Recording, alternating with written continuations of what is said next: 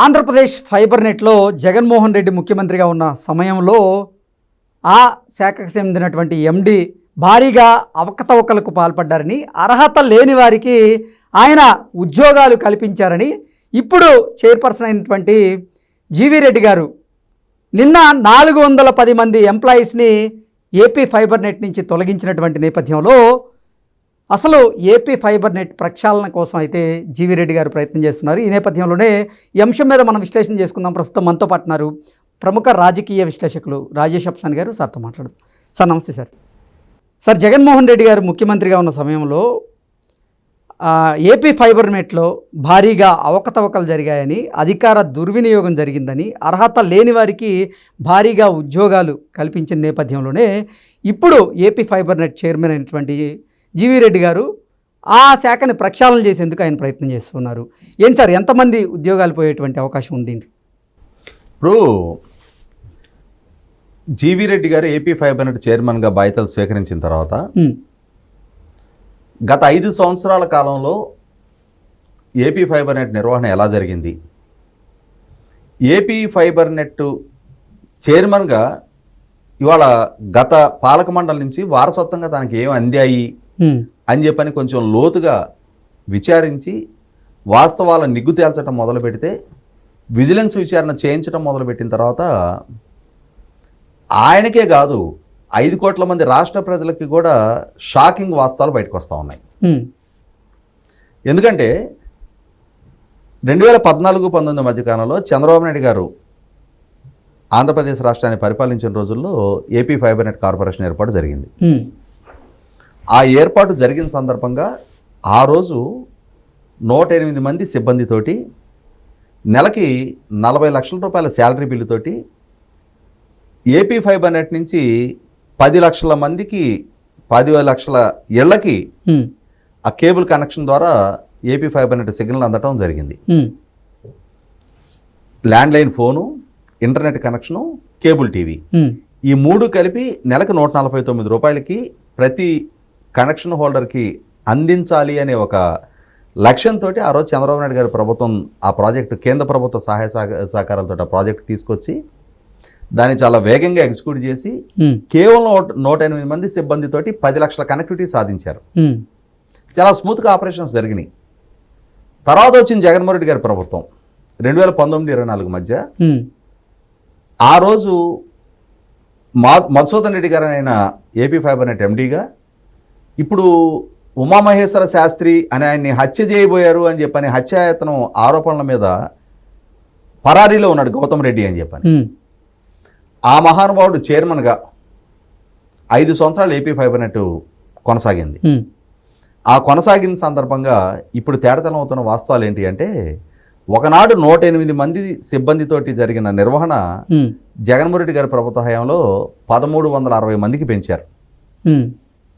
ఈ 1360 మంది సిబ్బందిని నియామకం చేపట్టి ఒకరోజు 40 లక్షల రూపాయలు ఉన్న ప్రతి నెల శాలరీ బిల్లు ఇప్పుడు 4 కోట్లకు పెరిగింది.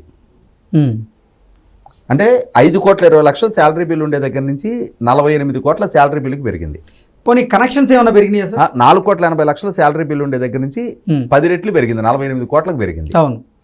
సరే, పెరిగితే మరి చాలా కీలకమైన ప్రశ్న, మరి ఒకనాడు 10 లక్షలు ఉన్న కనెక్టివిటీ మరి ఇప్పుడు 10 రెట్లు శాలరీ బిల్లు పెరిగి 108 మందికి 1360 మంది అంటే 11-12 రెట్లు ఉద్యోగస్తులు పెరిగిన తర్వాత కనీసం ఒక 50 లక్షలకు 60 లక్షలకు చేరాలి కదా. అవును.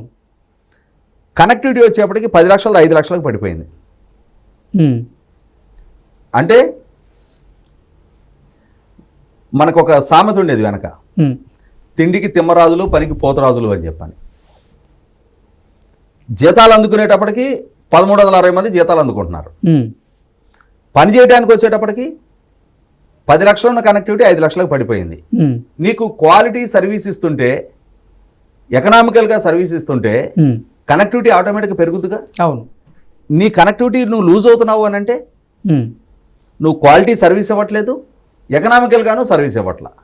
కాంపిటేటివ్ మార్కెట్లో నీకన్నా బెటర్ సర్వీస్ వేరే దగ్గర దక్కుతుంది కాబట్టి ఆ హౌస్ హోల్డరు నిన్ను కాదు అనుకొని వేరే సర్వీస్ వైపు షిఫ్ట్ అయ్యారు కాబట్టి నీకు 5 లక్షల కనెక్టివిటీ లూజ్ అయ్యావు.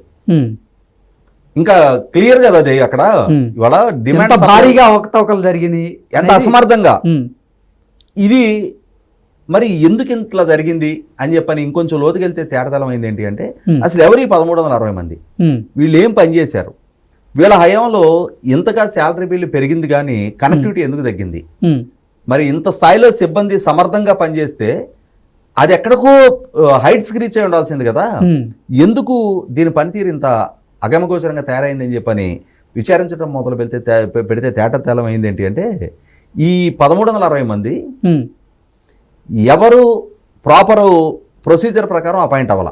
ఓకే, వైసీపీ ఎమ్మెల్యేలు, మా డ్రైవర్ ఉన్నాడు, మా పనోడు ఉన్నాడు, మా మనిషిడు, వీడిని పెట్టేసేయండి అందులో అంటే ఆ ఎమ్మెల్యే గారి ఇంట్లో పని మనిషి జీతం ఇక్కడి నుంచి ఇస్తా వచ్చారు.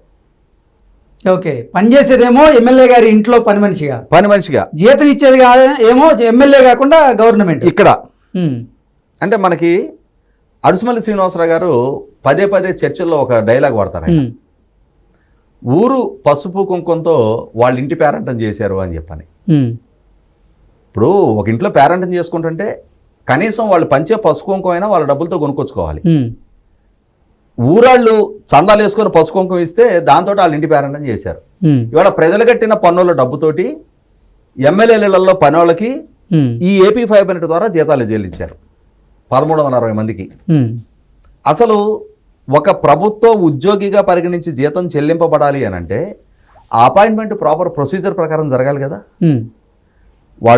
వీళ్ళ వేకెన్సీస్ ఉన్నాయని ప్లేస్మెంట్ కోసం నోటిఫికేషన్ ఇవ్వాలి, యాస్పిరెంట్స్ అప్లికేషన్ పెట్టుకోవాలి, ఆ అప్లికేషన్లో ఒక క్వాలిఫికేషన్ మెన్షన్ అవుద్ది, ఆ క్వాలిఫికేషన్ ప్రకారం అప్లికేషన్స్లో షార్ట్ లిస్ట్ చేయాలి, ఆ షార్ట్ లిస్ట్ చేసిన వాళ్ళని రాత పరీక్ష, మౌఖిక ఇంటర్వ్యూనో దేనికో పిలవాలి, వాళ్ళ స్కిల్స్ ఎసర్టైన్ చేయాలి, ఆ తర్వాత అంతిమంగా వాళ్ళకి అపాయింట్మెంట్ లెటర్ ఇవ్వాలి, అక్కడి నుంచి వాళ్ళకి ట్రైనింగ్ ఇవ్వాలి, ఆ ఇచ్చిన తర్వాత వాళ్ళు డ్యూటీలో చేరాలి, చేరిన తర్వాత కదా నీకు జీతం ఇవ్వడం అనేది.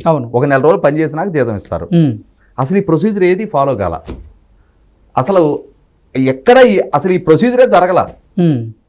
ఇది గవర్నమెంట్ కార్పొరేషను, ఈ గవర్నమెంట్ కార్పొరేషన్ తరఫున ఇవాళ ప్రభుత్వ ధనం వాళ్ళకి చెల్లిస్తున్నామన్న అంశాన్ని విస్మరించేశారు. మన జగన్మోహన్ రెడ్డి నాయకుడు, మన జగన్మోహన్ రెడ్డి ప్రభుత్వం, జగన్మోహన్ రెడ్డి మార్క్ పాలన జరిగిందంట. మన పార్టీ కార్యకర్తలకు కాకపోతే ఇంకెవరికి పంచుతాం మనం? మామూలుగా ప్రభుత్వ ధనాన్ని ఇది మన ఇష్టారీతిన మనం ఖర్చు పెట్టుకోవడానికి హక్కుభుక్తంగా మనకు దక్కిందని చెప్పని ఫీల్ అయిపోయారు ఎవరి స్థాయిలో వాళ్ళు. అది చైర్మన్గా ఉన్న గౌతమ్ రెడ్డి అయినా, ఎండీగా ఉన్న మధుసూదన్ రెడ్డి అయినా, వీళ్ళందరూ కలగలిసి చేసిన వ్యవహారం ఏంటి అంటే ఈ ఏపీ ఫైబర్ నెట్ కార్పొరేషన్ నిర్వహణ కోసం అని చెప్పని బ్యాంకుల నుంచి 1200 కోట్ల రూపాయలు లోన్ తీసుకొచ్చారు. 1260 కోట్ల రూపాయలు. ఇది కాకుండా ఈ ఏపీ ఫైబర్ నెట్కి సప్లయర్స్, వెండర్స్ ఉంటారు కదా, కేబుల్ సప్లై చేసిన వాళ్ళు, సెటాప్ బాక్సులు సప్లై చేసిన వాళ్ళు, ఇటువంటి వాళ్ళకి 900 కోట్ల రూపాయలు అవుట్ స్టాండింగ్ లయబిలిటీస్ ఉన్నాయి. అంటే 2160 కోట్ల రూపాయలు లయబిలిటీస్ ఉన్నాయి. దాన్ని ఎలా రెవెన్యూ పెంచాలి, ఎలా ఈ లయబిలిటీసు అని చెప్పని ఇష్టారీతిన వందలాది మందికి ప్లేస్మెంట్లు ఇచ్చేసి వాళ్ళు డ్యూటీకి రాలా. సహజంగా ఇప్పుడు ఛానల్లో వర్క్ చేస్తున్నారు మీరు వచ్చి మీరు బయోమెట్రిక్లో మీరు అటెండ్ అయిన మీ అటెండెన్స్ రిజిస్టర్ చేసి మీ ప్రిస్క్రైబ్డ్ టైం ప్రకారం మీరు డ్యూటీ చేస్తే కదా నెల రోజులకి మీకు జీతం అందేది.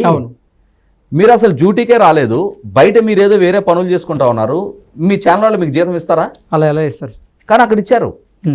వాళ్ళు ఆ ఆఫీస్కి రాలేదు, వాళ్ళ అటెండెన్స్ రిజిస్టర్ కాలేదు, వాళ్ళకి జీతాలు మాత్రం టెన్షన్గా ముట్టేసినాయి 5 సంవత్సరాల పాటు. ఇవాళ మొట్టమొదట వాళ్ళ అపాయింట్మెంట్ ఒక తప్పు, వాళ్ళకి అందిన జీతాలు ఒక తప్పు. మామూలు పరిస్థితుల్లో అయితే ప్రాపర్గా అపాయింట్ అవ్వనప్పుడు ఒక్క క్షణం కూడా వాళ్ళని ఎంటర్టైన్ చేయాల్సిన నెస్టీ లేదు. ఇదే అంశాన్ని పరిగణలోకి తీసుకొని నిన్న ప్రస్తుత చైర్మన్ జీవీ రెడ్డి గారు 410 మందికి టర్మినేషన్ లెటర్లు ఇచ్చేశారు. మీరు అసలు ఒక్క క్షణం కూడా ఇందులో పనిచేయడానికి అనర్హులు, మీరు అపాయింట్మెంటే ప్రాపర్ ప్రొసీజర్ ఫాలో కాలేదు. మామూలు పరిస్థితుల్లో అయితే వాళ్ళ దగ్గర నుంచి రెవెన్యూ రికవరీ యాక్ట్ కింద అన్యాయంగా 5 సంవత్సరాల పాటు ప్రభుత్వ సొమ్ము మింగినందుకు, ఎక్కడో పని చేస్తా ఇక్కడ జీతాలు తీసుకున్నందుకు వాళ్ళ దగ్గర నుంచి ఆ డబ్బు రికవర్ చేయాలి. దానికి తోడు ఎండీగా ఉన్న మధుసూదన్ రెడ్డి తెలిసి ఈ అపాయింట్మెంట్లు ఇచ్చాడు, వాళ్ళకి జీతాలు చెల్లింపజేస్తూ ప్రతి నెల చెక్కుల మీద సంతకం చేసింది అతనే. కాబట్టి అతన్ని వాళ్ళ షోకాజు అడిగారు, ఎందుకు చేసావు నువ్వు ఒక ప్రభుత్వ అధికారివి, నువ్వు నీ డ్యూటీ అనేది బిజినెస్ రూల్స్కి లోబడి రూల్ ఆఫ్ లాకి కట్టుబడి జరగాలి. నువ్వు ఇవాళ బిజినెస్ రూల్స్ని అతిక్రమించి రూల్ ఆఫ్ లాని ఫాలో అవ్వకుండా ఈ విధమైన వైలేషన్స్కి ఎందుకు పాల్పడ్డావు అని చెప్పని షోకాజ్ నోటీసు ఇచ్చారు, లీగల్ నోటీసు కూడా ఇవ్వడం జరిగింది. నీ మీద ఎందుకు చర్యలు తీసుకోకూడదు ఇప్పుడు? ఎందుకంటే చూస్తూ ఇన్ని వందల కోట్ల రూపాయల దుర్వినియోగానికి పాల్పడ్డారు. సార్ మధుసూదన్ రెడ్డి మీద ఎటువంటి చర్యలు తీసుకోవాలి? ఖచ్చితంగా అతన్ని ప్రాసిక్యూట్ చేయాలి, అరెస్ట్ చేయాలి, అతని ఆస్తులు జప్తు చేయాలి. అసలు వీళ్ళకి ఎవరెవరికి ఏమేమి ఆస్తులు సంపాదించుకున్నారు, ఎవరెవరు ఇన్వాల్వ్ అయ్యారు, అసలు ఈ డబ్బు ఎట్నుంచెట్టు రూటీన్ అయింది. ఇవాళ 2160 కోట్ల రూపాయల అప్పుల భారం ఆ ఫైబర్ నెట్ మీద కళ్ళ ముందు కనిపిస్తూ ఉంది. 5 సంవత్సరాల పుణ్యకాలం గడిచిపోయింది. అసలు ఏ విధంగా ఈ అప్పు తీరవాలి? దానికి ఉన్న ఇన్కమ్ సోర్సు 5 లక్షల కనెక్టివిటీ మీద వచ్చే కనెక్టివిటీ ఛార్జెస్, లేదంటే కొంత యాడ్ రెవెన్యూ వస్తుంది, దాంట్లో ప్రదర్శించే యాడ్ రెవెన్యూ. అసలు కనెక్టివిటీ తగ్గిన కారణం కూడా ఏంటి? టీవీ పెట్టగానే జగన్మోహన్ రెడ్డి భజన, నువ్వే మా నమ్మకం, అన్న వస్తున్నాడు, ఈ సోది పడలేకే ఇప్పుడు మనం వేరే డిష్ యాంటీనా పెట్టుకొని కేబుల్ కనెక్షన్ తీసుకుంటే మహా అయితే కమర్షియల్ యాడ్స్ వస్తాయి అందులో. అవును. ఇక్కడ ఏంటి పరిస్థితి? ఈ రాజకీయపరమైన యాడ్లు మనకి ఇష్టం లేకపోయినా చూసి తీరాల్సిన కంపల్షను. దాంతో విసిగిపోయి ఈ రోజు ఈ దరిద్రమైంది మనకి అని చెప్పని కనెక్షన్ కట్ చేసుకున్నారు. అంటే అతి ఎక్కడైనా విరక్తి కలిగిస్తుంది.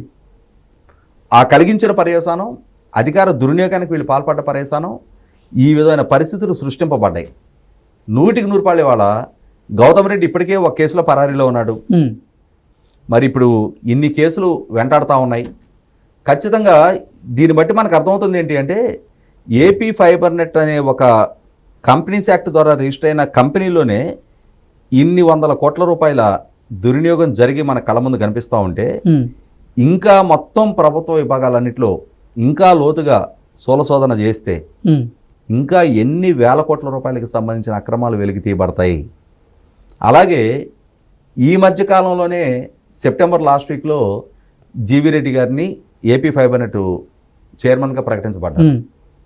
అక్టోబర్లో ఆయన పదవి బాధ్యతలు చేపట్టడం జరిగింది. 2 నెలల కాలంలో ఇంత సమర్థంగా ఇన్ని వాస్తవాలు ఆయన వెలికి తీయటం అనేది మిగిలిన అన్ని కార్పొరేషన్ల చైర్మన్లకు కూడా ఒక రోల్ మోడల్గా వాళ్ళు ఆయన నిలబడతా ఉన్నారు. ఈ విధమైన పనితీరు కనపరచాలి. ప్రభుత్వం నుంచి ఒక బాధ్యత అప్పజెప్పబడితే ఆ బాధ్యతని ఇంత సక్రమంగా, ఇంత డెడికేటెడ్గా నిర్వహించాలి అని చెప్పని ఒక ట్రెండ్ ఆయన సెట్ చేస్తూ ఉన్నారు. ఖచ్చితంగా ఈ సందర్భంగా జీవీ రెడ్డి గారికి కూడా మనపూర్వక అభినందనలు తెలియజేస్తా ఉన్నా. Okay sir, thank you so much.